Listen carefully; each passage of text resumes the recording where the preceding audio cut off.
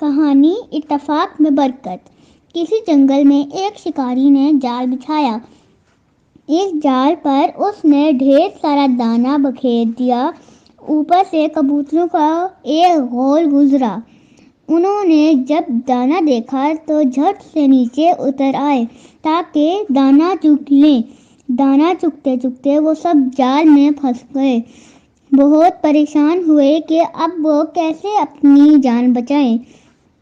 ان میں سے ایک کبوتر بہت ہی عقل مند تھا۔ اس نے مشورہ دیا کہ سب مل کر ایک ساتھ زور لگا کر اڑیں۔ سب نے ایسا ہی کیا اور جال سمیت اڑ گئے۔ شکاری حیران و پریشان دیکھتا ہی رہ گیا۔ اس جنگل میں کبوتروں کا ایک دوست چوہا رہتا تھا۔ کبوتر جال لے کر اس چوہے کے پاس گئے۔ چوہے نے جلدی سے کبوتروں کا جال کاٹ دیا۔